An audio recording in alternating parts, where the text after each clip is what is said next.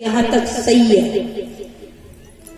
और कहते हैं कि अहिल्या भी गौतम ऋषि के श्राप से पत्थर हो गई थी और भगवान राम का जब चरण लगा तो सुंदर नारी बन गई। चरण का मतलब होता है आचरण। अहिल्या के आचरण गिर गए क्योंकि उनके साथ धोखा हो गया। तो गौतम ऋषि ने कहा तुम पति नहीं पहचान पाई, जा तू पत्थर हो जा। ऐसा कहा तो पत्थर बन गए। ऐसी कथा में लिखा। आदमी पत्थर कब होता है? जब उसकी बुद्धि विवेक विचार गिरते तब पत्थर होता है। कितना जड़ पत्थर। और प्रभु राम जब आए तो उन्हें सदाचार की शिक्षा दी, नारी धर्म की शिक्षा दी, आचरण दिए। तो उनको जब आचरण दिए और चरण लगाए, चरण का मतलब आचरण, और उनके चरण आचरण को धारण करते वो पावन हो गई। यही थी अहिल्या पत्थर होना। ऐसा नहीं है कि कोई पत्थर हो जाता है। और देखिए जो प्राण फूकने की बात आती है, प्राण फूका जाता है, प्राण प्रतिष्ठा की जाती है।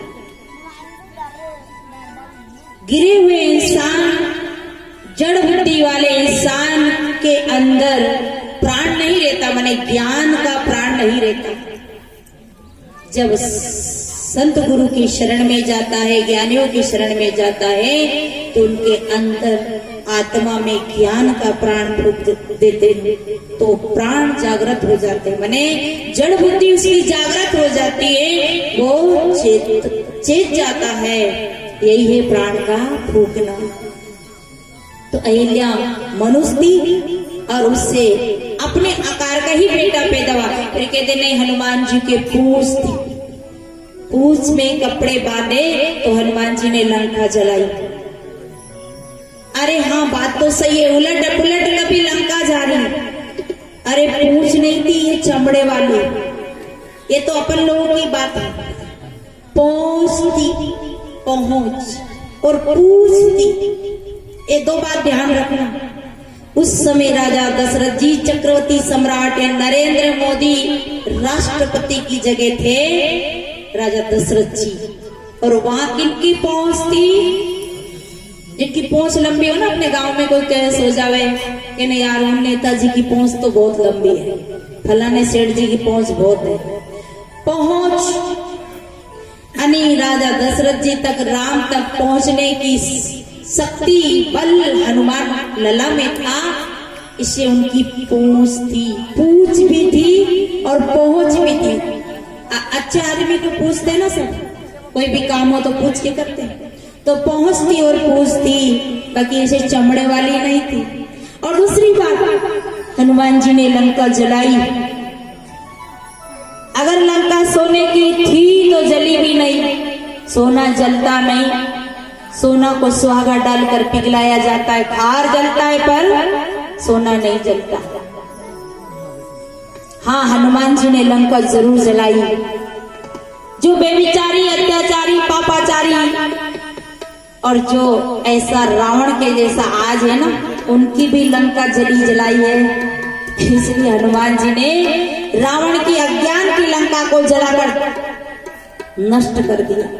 हनुमान कौन? और थोड़ा सा विचार करें। जो मन का हनन करे वो हनुमान, जो विकारों का हनन करे वो हनुमान। और हनुमान जी में 7 चीजें विशेष थी। इसी के नाम से सुंदरकांड बना है।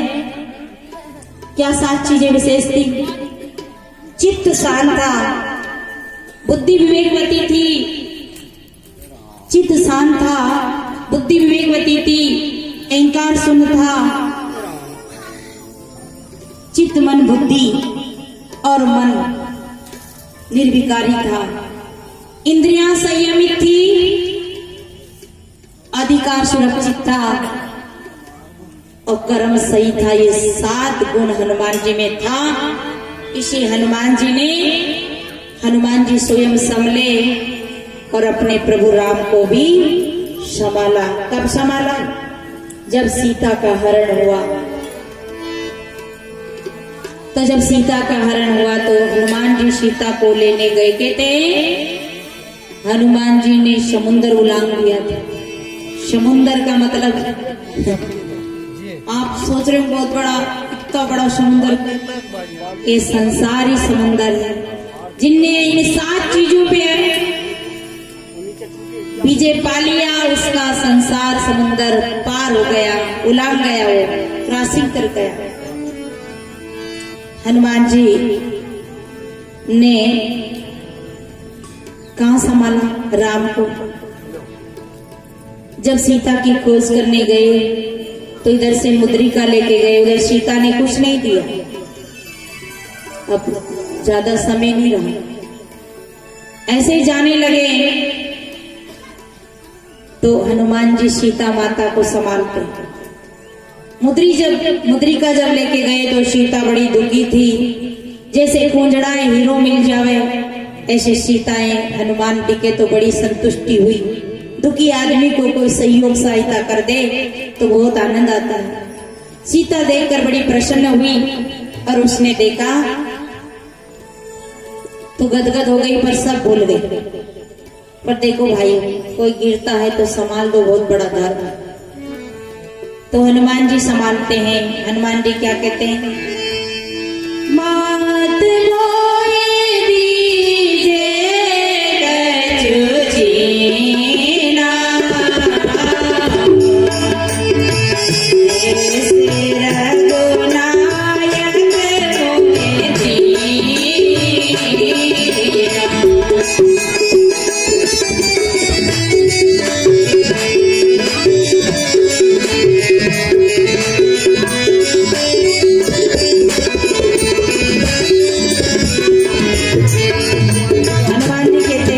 मोए दीजे कछु जीना, ऐसे रघुनायक मोए दीना। आपका दोस्त, आपका मित्र, आपका पड़ोसी, आपकी बहू, आपका बेटा कहीं चूक रहा हो तो संभालिए, संभलने की जगह में संभालिए। गिर रहा हो तो उठाइए, पर हम तो गिरे हो को एक धक्का और मार देते कि मर, जल्दी मर तो पाप कट, है ना? कि मात मोए दीजिए कछु चीना, क्योंकि इधर से जाऊंगा ना, उधर से तो मैं मुद्रिका लेके आया, मैंने उधर से तो कोई चीन लेके आया, अब इधर से जाऊंगा तो खाली जाऊंगा तो गड़बड़ हो जाएगी। तो सीता माता ने अपने हाथ की चूड़ामणि उतार कर दी। अब हनुमान जी जब आए तो यहाँ राम जी को संभालते। सीता तो कुछ नहीं पूछी, भूल गई, भावभोर हो गई। और अपन तो उनमें का है, अपन किन में का है? मक्खी की तरह पूरा शरीर में अच्छी जगह नहीं बैठती मक्खी, जहाँ अपने फोड़ो हो रही हो घूमड़ो वहां बैठे। अपन जो आदमी की जितनी कमी है वो ढूंढा, 100 विशेषता नहीं ढूंढेंगे, परंतु एक कमी है उसे ढूंढेंगे और उसी कमी का प्रचार करेंगे। दूसरे की कमी देखने में एक नंबर होशियार है अपन लोग, पर याद रखना अपन दूसरे की कमी ये लेकिन ये आदमी इतना खराब तो 3 उंगलियां क्या कहती है, तुम वो 1 गुना खराब, तुम 3 गुना खराब। और हमेशा आदमी ने दूसरे की तरफ झांका। एक भजन में कहा है, जसो घर थाको वे सोई घर माको, जसो घर थाको वे सोई घर माको, कहीं घर थाको कहीं घर माको, जसो घर थाको वे सोई घर माको, कहीं घर थाको कहीं घर माको।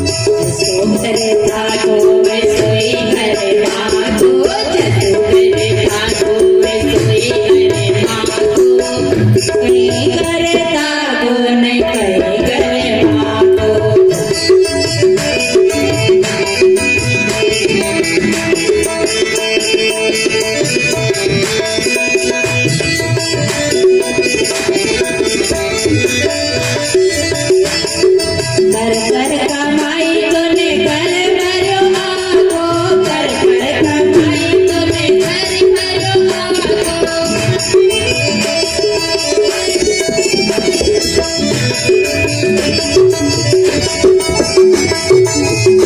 अरे भरो आगो ने पेट भरो आगो, कर भरो आगो ने पेट भरो आगो।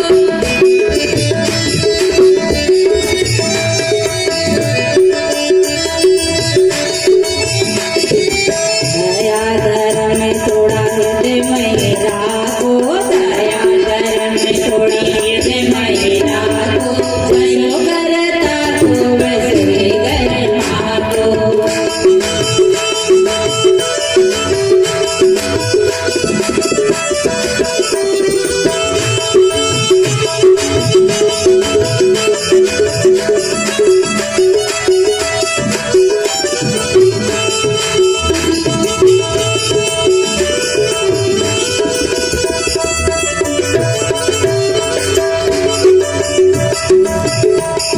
कहते कबीर सुनो भाई साधु, कहते कबीर सुनो भाई साधु।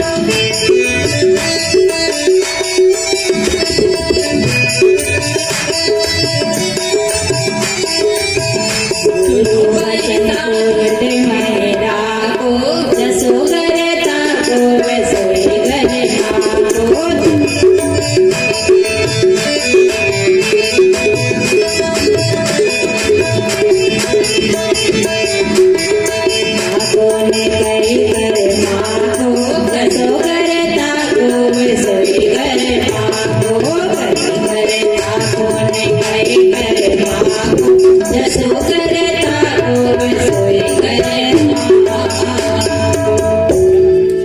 तो देखिए, जब हम इस भावना में रहते हैं, इस भाव में रहते कि जैसा घर हमारा है वैसा ही घर सबका है, इसी बात को तो राम ने कहा है। सिया राम में सब जग जानी,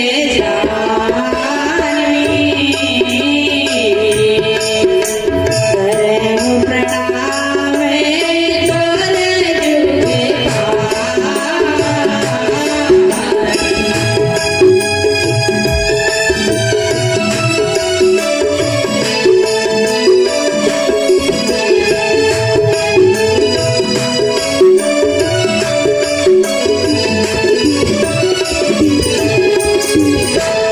और अपन क्या करते हैं।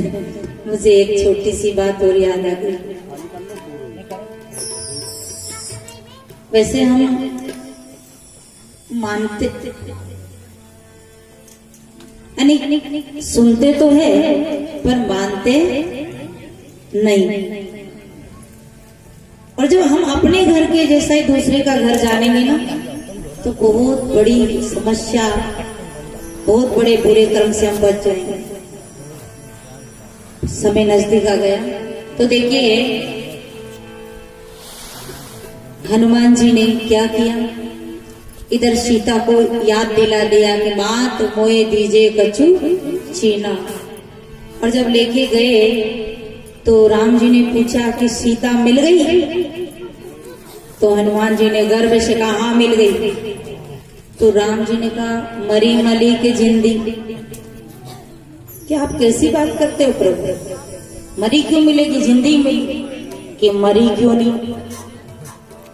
क्योंकि सीता ने ये कही थी, जब राम वनवास जा रहे थे तब राम ने सीता को समझाया था। ये जो इधर पार्टी बैठी हमारी पार्टी, इन्हें जल्दी समझ नहीं आ रहा। राम ने कहा था कि सीता तुम यही रहो, अयोध्या नगरी शोका कुल है, मेरे माता पिता की सेवा करना, इनको संतावना देना। पर सीता ने क्या कहा था, जिया भी न दे, जिया भी न दे, नदी भी न बारी, से लात पुरुष में न नारी।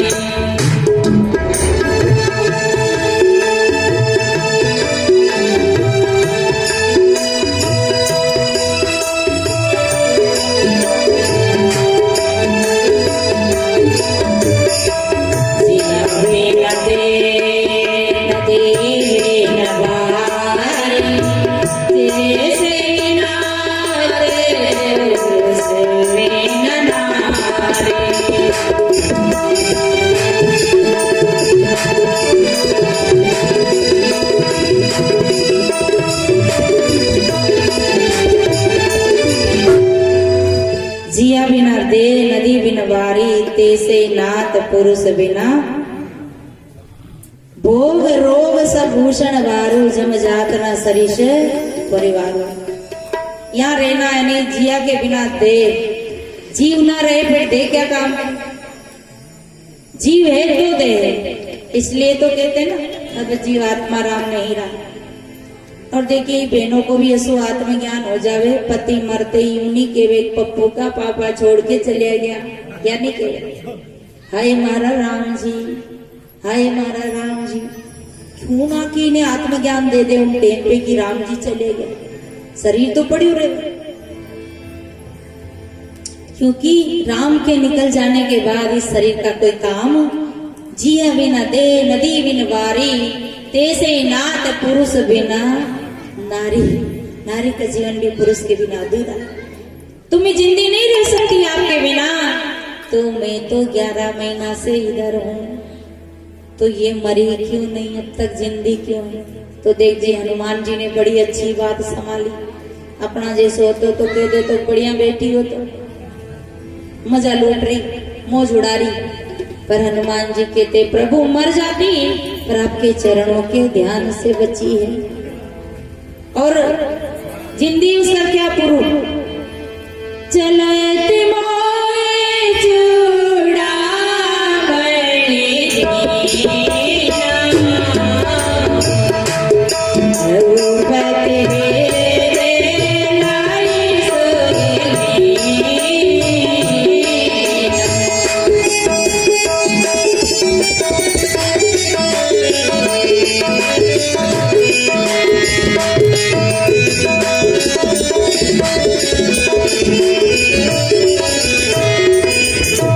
चलत मोए चूड़ामणि दीना। दीती क्या, अपन तो ऐसा सत्यवादी बना जो सत्य बोला, पर यहाँ हनुमान जी भी झूठ बोलिया। क्यों बोलिया कि शायद कबीर साहब को ज्ञान उन्हें भी होगा कि रहे हो समारे, तो उन्होंने झूठ बोला रे कहा कि देखो मैं जब चलने लगा तो माता सीता ने चलत मोए चूड़ामणि दीना, दी थी नहीं मांगी थी। अगर हम कहते ना मांगी तो वहीं प्रेम टूट जाए कि पता नहीं वहां कहीं नफरो हो गया होगा, अरे मैं भूल गई होगा सीता माता। परंतु बहुत अच्छी बात कही कि चलते समय मुझे चूड़ामणि उतार के दी, तो रघुनाथ जी ने भगवान राम ने हृदय से लगा लिया। सज्जनों सदगुरु का सिद्धांत रहे उस समारे राम विचारे। राम का विचार बाद में करना, पहले हमें संभलना होगा, और जो संभला होगा वही संभलेगा और वही संभालेगा। एक ने अपने पति से कहा जानवर गई, तो पति नहीं बोलियो संभलियो थी। पत्नी बोली नक्कू जानवर, फिर भी पति नहीं बोली। फिर पत्नी बोली पक्कू जानवर, फिर भी पति नहीं बोली। क्यों नहीं बोला, संभला था। और अपना जैसे होते तो अपना जैसे होते तो क्या करते, पति नहीं बोलो। और पत्नी का जब तमोगुण का बदल हटिया ना, अपने अंदर 3 गुण है, रजोगुण तमोगुण और शतोगुण। वो तमोगुण आवे नहीं, जिससे कि बदल हुए तो सूर्य को प्रकाश छुप जाए, महीनों महीनों नहीं निकले बरसात में। तमोगुण आने के बाद, रजोगुण आने के बाद आत्मा का ज्ञान प्रकाश दब जाता है, अवगुण सामने आ जाता, मन का शासन चलता है, मन का राज चलता है और आत्मा राम छुपा रह जाता है। और जब बदल हटते हैं तो आत्मा का प्रकाश से क्लियर रास्ता दिखता है। तो पत्नी का तमोगुण हटा, रजोगुण हटा, न सतोगुण आया। न सवेरे हाथ जोड़ के बोली क्यों जी मार से बड़ी गलती होगी, आपे मैंने की जानवर।